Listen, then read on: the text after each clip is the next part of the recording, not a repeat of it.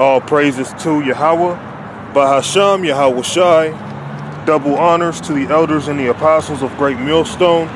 Salutations to all the true sincere brethren around the four corners, pushing out this purified truth, cleansing this wicked defiled kingdom with the word and the water to Yahweh Shai, because without him none of this would even be possible.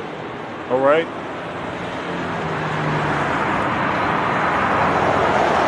This is Ezekiel 9:4. And the Lord said unto him, Go through the midst of the city, through the midst of Jerusalem, and set a mark upon the foreheads of the men that sigh and that cry for all the abominations that be done in the midst thereof. So the elect are crying, the elect are complaining, the elect are sick and tired of having to deal with wicked people, to have to live in a wicked society full of vanity, full of mockery, a society that doesn't uplift the Heavenly Father and His Son, all right? A world full of pride, a world full of selfishness, a world full of poverty, a world full of oppression. People don't have any faith, a world full of disbelief. Pedophiles are walking around like it's nothing, being treated like kings. But then somebody who's a so-called drug dealer would be looked at as someone who is worse than a pedophile in this society. And I only know that because somebody I used to work with told me that him being a felon, it was literally told to him that, his offense was, a drug offense. All right, being a felon. And he said that he was told that a pedophile was actually a less offense than him being a offender off of a drug offense. All right. So we got to get the hell out of here, man. We're constantly complaining. We're sick and tired of people looking at the words of the Lord like they're nothing more than words. It's just some story. It's just figments of our imagination. You shouldn't take it that serious, or it's not literal. It's this, it's that. We're just tired, man. So the Heavenly Father is literally sending an angel around, setting a mark, not the same mark that Esau's going to place within you 2/3 and the rest of you heathen, but this is the mark from Yahweh himself, which is going to signify that during the time of judgment, you won't get caught up in the wrath of the Lord.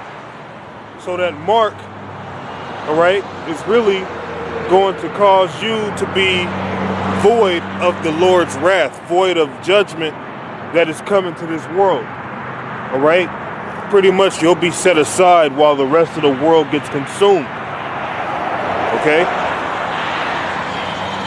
So although we complain, we mourn, it's just Bible prophecy, man.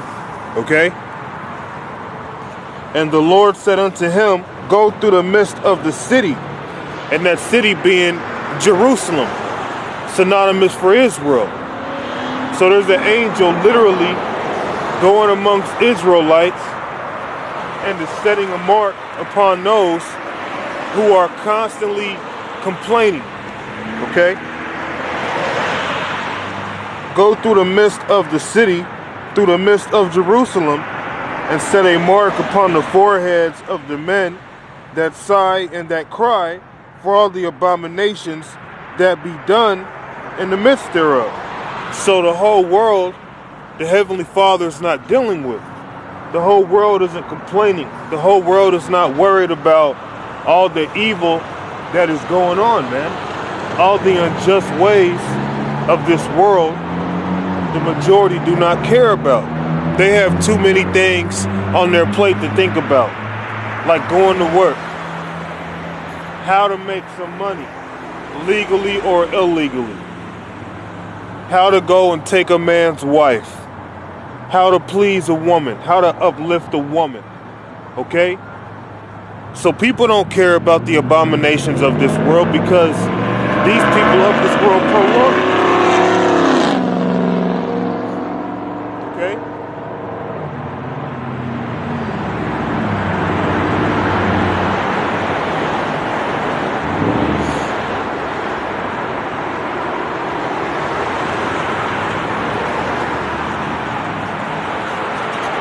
And the Lord said unto him, go through the midst of the city, through the midst of Jerusalem, and set a mark upon the foreheads of the men that sigh and that cry for all the abominations that be done in the midst thereof.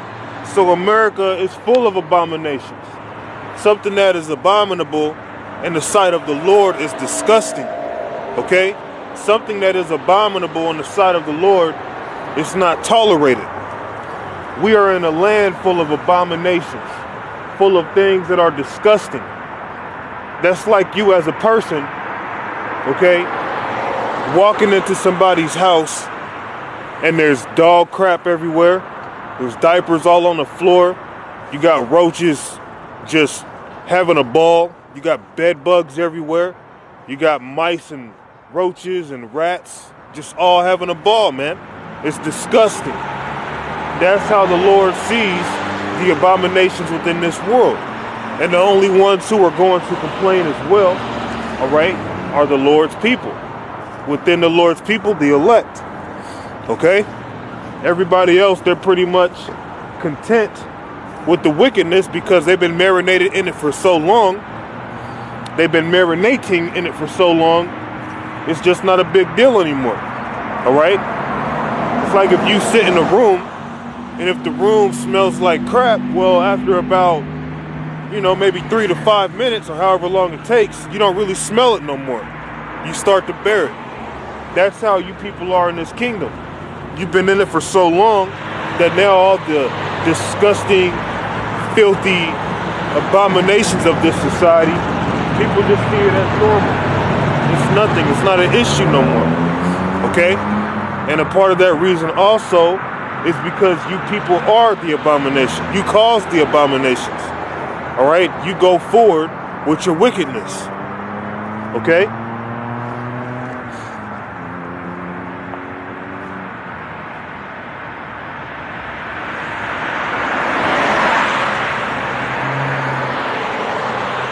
This is Habakkuk. Actually, before I start that, I'll jump to Habakkuk. This is Habakkuk 1 and 2. O Lord, how long shall I cry, and thou wilt not hear? Even cry unto thee of violence, and thou wilt not save. So it seems like, you might complain to the Lord, you sighing, you crying, just sick and tired of the evil ways of this society, okay? And it's like the Lord's not even answering your prayers because day by day, it's the same thing over and over again. Your back hurts, your body's tired, you still got to go to work. You're out here pushing the truth, giving your all into it, and people still don't want to listen. You see things a certain way, and then the rest of the world comes against you like you're crazy. You're insane. You're seeing things. You're delusional. All because you want to see righteousness on the earth. You want to see justice implemented on the earth. Now you're crazy. You're insane. So you pray unto the Lord, ask him to get you out of your condition, and guess what? You're still in your condition. So we ask often, how long? How long do we have to bear the sins of our forefathers, which we are? Because reincarnation's in the scriptures. Okay? So the Heavenly Father has us in this low condition, this bitter captivity, where now we're complaining. We're putting our hands up in the air and asking the Lord to come and deliver us. Okay? We have to get out of here, man. As long as we are here in Babylon, we are going to decay, and the grave's just going to consume us, man. All right?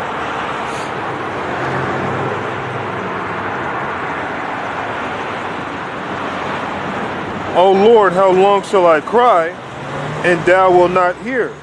Even cry unto thee of violence, and thou wilt not save. Now, Esau is a wicked and bloody man. We always cry and complain about the wickedness of Esau. But just because we complain about Esau, Esau is still standing. Esau is still reigning. Esau is still in dominion. He's gunning down our people. 2/3 are killing each other. Nobody has any mercy on Israel, not even Israel. So we complain of even the violence that's going on here. And it seems as if the Lord's not answering. All right, it seems like judgment isn't coming to pass. It seems like the wicked are doing a good thing because nothing's happening to them. But then when you do good, you're getting punished for it. You're being chastised for it. People are looking at you like you're a virus, like you're a zombie. Okay? Like you belong on Resident Evil. Like you belong on what's that show called? Well, really, there's plenty of movies that depict the zombie apocalypse, but the truth be told, man, you people are the zombies. You people who are asleep. You people who haven't woke up yet to the truth. You don't complain about any of Esau's wickedness. You don't complain about any wickedness of your people. Everything to you is just normal. It's all fun and games. What football game is on today? Oh, I'm for the Chiefs. I'm for the Cowboys. I'm for the Steelers. You paint yourself to look like your favorite team because you're a bunch of fanatics. To call yourself a fan, you're really saying you're a fanatic. And you have a lot of men who are fanatics of other men. That's why you have people so obsessed with a certain basketball team or a certain football team. Okay? It's ridiculous. You have a lot of men who are fanatics in silliness and folly that they are too caught up in it to where they don't complain about the wickedness that goes on here. As long as they have, a video game or, a good DVD collection at home, the internet, a nice smartphone or iOS, okay? They feel like there's no need to complain, man. There's nothing to complain about. Everything is all good. But the elect, we're sighing and crying, and it feels like the Lord ain't doing nothing, man. But you can't be deceived by those thoughts. That's why we have to, you have to forsake yourself. Okay? You have to put off that old man and don't let those wicked thoughts consume you.